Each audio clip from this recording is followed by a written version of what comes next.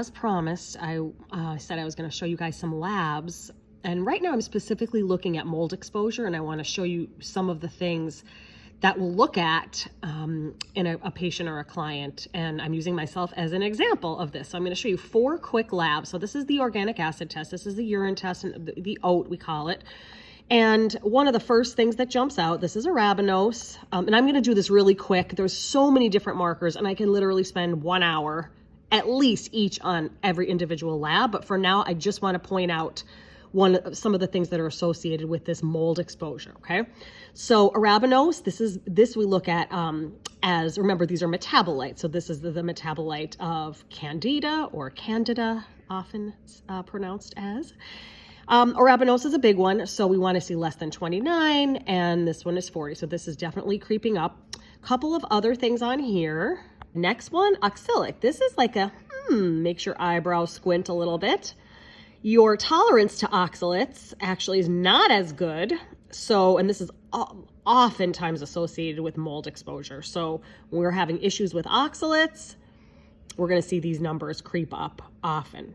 Succinic, we want to be thinking about many things. B2, which is a cofactor in iron, another cofactor for this one, I believe, but primarily environmental exposure, right? We want to be thinking at. Now, we don't ever, by the way, with tests like this, especially this one, we're never looking at just individual markers. There's always patterns, right? And I'm just showing you some of the patterns here. I could literally this is like one of my favorite sections here, the neurotransmitters. But they all look good. There was one more here. That one is pretty common. Yeah, so there's the cofactor for the succinic. So that could be interesting. Vitamin C. Now you're starting to notice, like, wow, what's eating up the vitamin C? Why is that so low? Foods rich in vitamin C. So it's something that's like, okay, let's pay attention to that. It definitely is one of the first to be depleted under times of stress. And it is one of the antioxidants that is going to be demolished by something like mold. Glutathione, which is our precious intercellular antioxidant. This one here looks pretty good so far. So it's like, okay, and pyroglutamic, this is, if we see this high, we're looking at glutathione wasting. So if this is really high, we want to get that client on glutathione, not even just the precursors, but like straight up liposomal glutathione pretty quickly. But as of here, it's like, okay, this is pretty good. Now, keep in mind, this is in March of 2023 that I took this. And now I'm going to show you, this is a little piece of if you remember the food allergy, the IgG test that I did. I'm going to actually be showing you guys a newer one that I've been studying, doing a huge deep dive into, and I can't wait to talk to you guys about it. But this one, this is sensitive enough that it picked up Candida. So when you have the antibodies high, you've got Candida happening somewhere. So this was creeping up. Could it have been higher? Yes, but this is also in March of 2023. So there's that test. This is a really short one. And here, generally, just general yeast markers also high.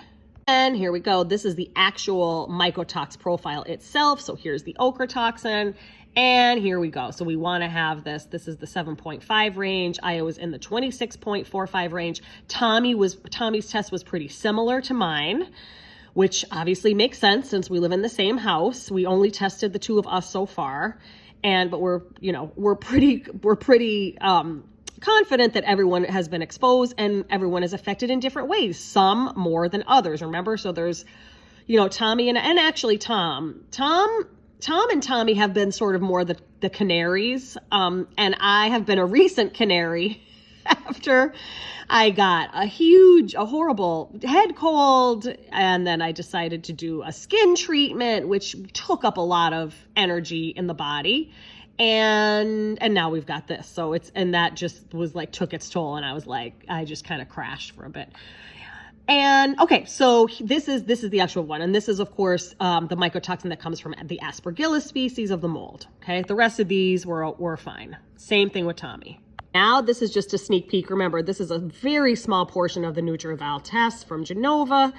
These are the antioxidants. Right here's your list of antioxidants. And then if you come over, Now, what's going on? So if a patient comes in, if a client comes in and we see they've got a really, really clean, well-balanced diet, lots of fruits and vegetables, they're doing supplementation. Technically, you don't even really need supplementation with antioxidants per se if you're eating a good diet. You know, my feeling has changed on this, especially in the last 5 years, like it has with many things. And that all has to do with what's happening in the environment right now and what's being done to our food.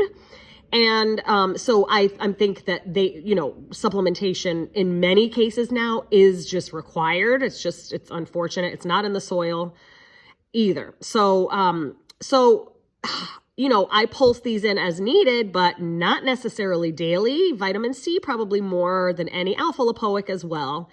I do take NAC, which is the precursor to glutathione. And then I take, if you guys remember me talking about glycine, because I do have a genetic SNP that is natural production of glycine. So I do take my glycine sticks in the morning.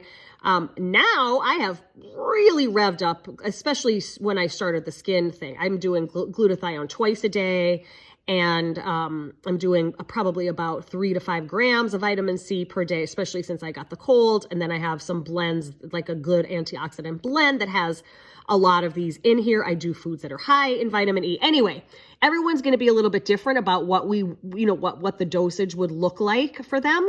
But when we look at something like this, we're not just going to supplement. We want to know why. Why are these so low? That is the big question in functional medicine.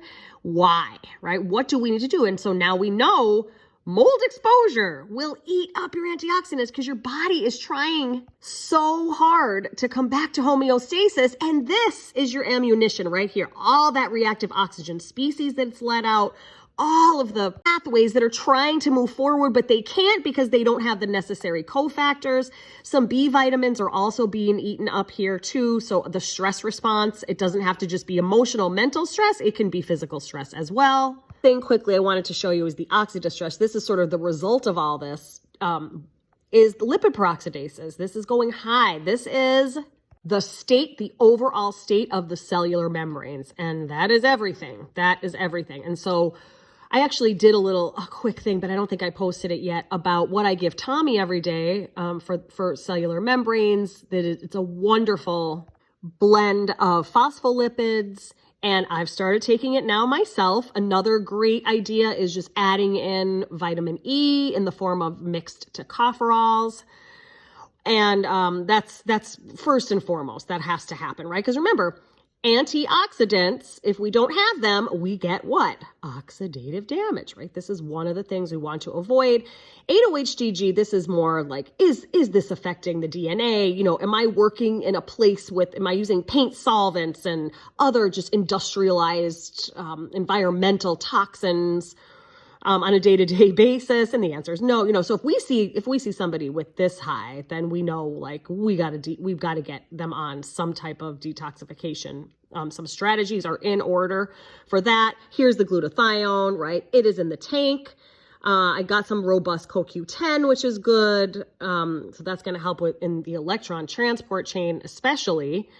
So I've got some energy despite all of this. So I've got the building blocks, and I had the building blocks ahead of time. So that's the other thing. If I didn't, and I was depleted before all of these things happened, I would really be in trouble. There could be autoimmunity that can stem from this, and other conditions that would really just take me out. So I'm grateful that I had the bucket was, 3/4 of the way filled before this whole trifecta happened. So I wanted to show you guys those tests, some of the things that we look at for mold. And those 4 things are pointing to this in the same direction, basically.